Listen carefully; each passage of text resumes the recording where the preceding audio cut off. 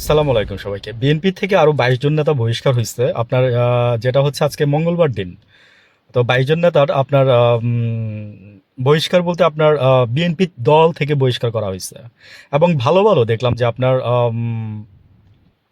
ভালো, ভালো নেতাকর্মী যাদের আপনার আ কি বলবো যে যাদের ইমেজ খুব ভালো ছিল। তো এটার রিজনটা কি? দলীয় সিদ্ধান্ত অমান্য করায় তাদেরকে বহিষ্কার করা হয়েছে। তো দলীয় সিদ্ধান্ত অমান্য করায় তাদেরকে বহিষ্কার করা হয়েছে। তো এটা তো আমরা আগেও বলছি যে ওই গুলশানের পিছনের দরজার খবর বলে দিয়ে যায়, তারা কেউই মনোনয়নপত্র আপনার উঠায় নাই। ১৯ তারিখের আগে কেউই উঠায় নাই। প্রায় ৮১ জনের মতো এখনো বহাল আছে। দলীয় সিদ্ধান্ত অমান্য করে বিরোধী কর্মকাণ্ডে জড়িত থাকা অভিযোগ জেলার আরও নেতার বহিষ্কার বিএনপি আপনার ২৭ জনের বিএনপি আপনার কমিটির সিদ্ধান্তে এইগুলাই আর কি।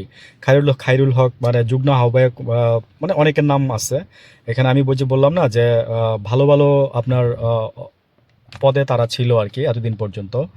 তো এখন এই বিএনপির এই যে দেখেন আরও প্রায় ৪৫ জনের মতো একটা ৪৩ জনের মতো হবে যে কোর্ট থেকে একটা রায় আসবে। রায়টা কি যে দ্বৈত নাগরিক এবং হচ্ছে যে ঋণ খেলাপি এদের বিরুদ্ধে।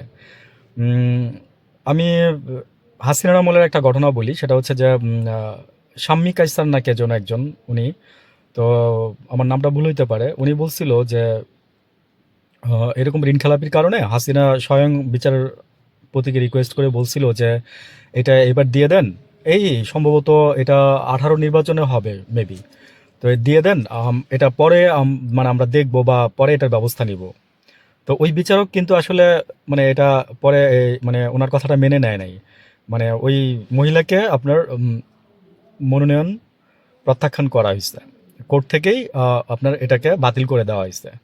তো হাসিনার আমলে যদি এরকম হয়, তো এখন তো আপনার এই সরকার, তো এই যে বিএনপির এত নেতা বহিষ্কার হচ্ছে, তারপরে দেখেন মানে রুমিন ফারহানের মতো নেত্রীকে বহিষ্কার করে দিচ্ছে। তারপরে যদিও আরও আলোচিত অনেক ব্যক্তি আছে, যেমন ধরেন আপনার এই যে যারা ফজলুল হক আছে, আমি আসলে নাম নিতে চাই না, ওই আমরা চিনি তাদেরকে। উম, তো তারপরে আরও অনেকেই আছে। তো বিএনপি এখন পর্যন্ত স্টিল নাও একটা হযবরল অবস্থার মধ্যে পড়ে আছে। আমার সারাংশ কথা হচ্ছে এটা, যে আদৌ বিএনপি কি করবে এই যে গত সামনে আর জাস্ট বলতে পারেন ১৫টা দিন আছে, জাস্ট ২টা উইক। এই ১৫ দিনের মধ্যে বিএনপি কতটুকু যে কি করতে পারবে আমি ব্যক্তিগতভাবে সন্দিহান। আর হচ্ছে যে তারপরেও বিএনপির লোকেরা যেভাবে ভোট চাইতে গিয়ে যেভাবে অসামঞ্জস্য কথাবার্তা বলতেছে, ইভেন এটাও বলতেছে যে যে কার্ডটা দিবে ফ্যামিলি কার্ড দিয়ে ভাই টাকাও তুলতে পারবেন আপনারা। বুঝছেন? মানে কি বলবো, হাস্যকর কথাবার্তা আর কি। তো ওই যে বললাম যে শিক্ষিত নেতার বাংলাদেশে খুব দরকার। ভালো থাকবেন।